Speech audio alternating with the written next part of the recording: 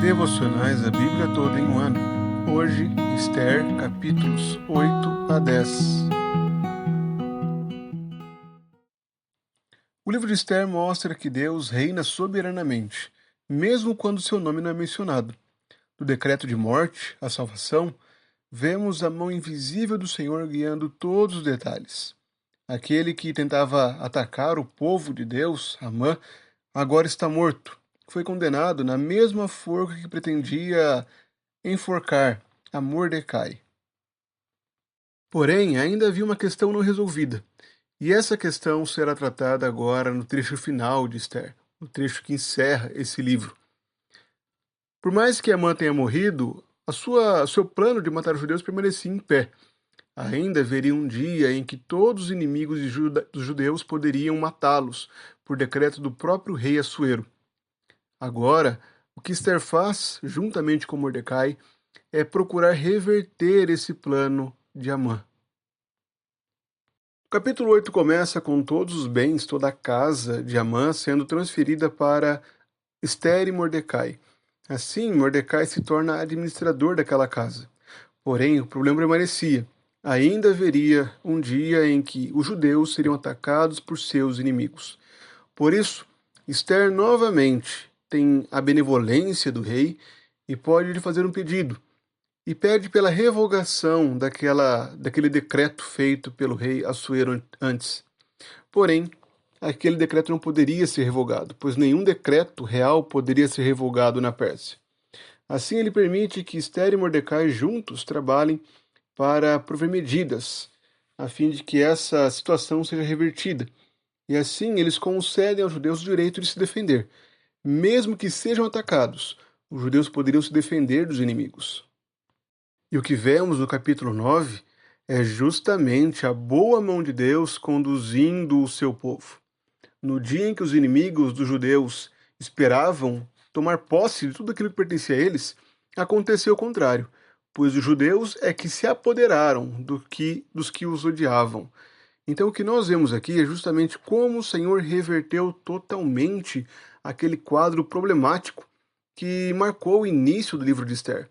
Agora o Senhor estava resgatando o seu povo, concedendo meios não somente do seu povo ser preservado, mas de vencer e triunfar sobre os seus inimigos e adversários. Após essa vitória contra os inimigos, os judeus estabelecem um memorial. Eles instituem o Purim, para lembrar que o seu pesar foi transformado em alegria, que a sua tristeza foi transferida em um momento de contentamento, alegria, regozijo e exultação ao Senhor. Esse memorial não servia apenas para celebrar a salvação, mas tornava uma lembrança eterna da fidelidade do Senhor à sua aliança, cuidando do seu povo em todas as circunstâncias. O livro se encerra com o relato de Mordecai sendo exaltado. Aquele que antes fora perseguido, agora é o segundo atrás apenas do rei Assuero. O propósito da passagem é justamente reafirmar o Deus que se mantém fiel à sua aliança. O Deus que não desampara o seu povo, mesmo quando os enviou ao exílio para sofrerem pelo seu pecado. O Deus que, mesmo quando uma rainha se corrompe, entra em um laço matrimonial com um pagão, com alguém que não temia Deus, mesmo quando Esther e Mordecai se escondem sua identidade, ainda assim o Senhor continua cuidando do seu povo. Essa história não é sobre o quão bom Esther era, o quão fiel foi Mordecai, mas sim sobre um Deus que não abandona a sua aliança. A preservação dos judeus em Esther é parte essencial do plano redentor do Senhor, um plano que culmina na vinda do Messias. Sem esse livramento, a linhagem da promessa estaria ameaçada. Mas justamente pela boa mão do Senhor que interveio nessa situação, o Senhor manteve a sua aliança, manteve aquela linhagem que levaria à vinda do Messias, aquele que haveria de ser o Salvador do mundo. A exaltação de Mordecai, como aquele que é colocado como segundo no reino e agora intercede pelos judeus, prefigura justamente a função que Cristo exerce hoje. Cristo está exaltado à destra de Deus e agora vive para interceder pelo seu povo. Os judeus se alegraram com a vitória contra os inimigos, se alegraram com a salvação que Esther e Mordecai conseguiram prover nessa situação. Nós, irmãos, temos motivo ainda maior de alegria. Nos alegramos porque a vitória que temos não é passageira, mas é uma vitória eterna. A vitória de Cristo é superior a essa conquista de Mordecai e Esther, pois a vitória de Mordecai e Esther foi passageira. Logo vieram outros povos que dominaram sobre os judeus. Mas a vitória de Cristo, ela é eterna. Ela assegura um triunfo nos céus, quando nós formos levados em glória, para estarmos para sempre na presença do nosso Deus.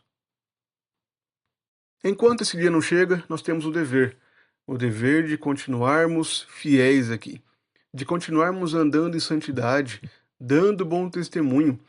Não assumamos para nós aquilo que é negativo nesse livro. Não escondamos a nossa identidade, como Esther e Mordecai fizeram. Não sejamos negligentes com a lei de Deus, tentando promover nosso próprio sucesso por meio de quebras da lei, como aconteceu com Esther. Pelo contrário, que nós sigamos o exemplo deles naquilo que foram fiéis, em dar bom testemunho, em buscar glorificar a Deus com a nossa vida, em sermos fiéis à aliança, sabendo que em todo momento, por mais que Deus pareça distante, Ele está presente conosco. Tudo o que acontece está dentro da vontade de Deus e Ele faz todo o seu querer para a sua glória. Que vivamos com alegria nesse mundo enquanto aguardamos essa grande redenção que será realizada, plenamente estabelecida no retorno de Cristo.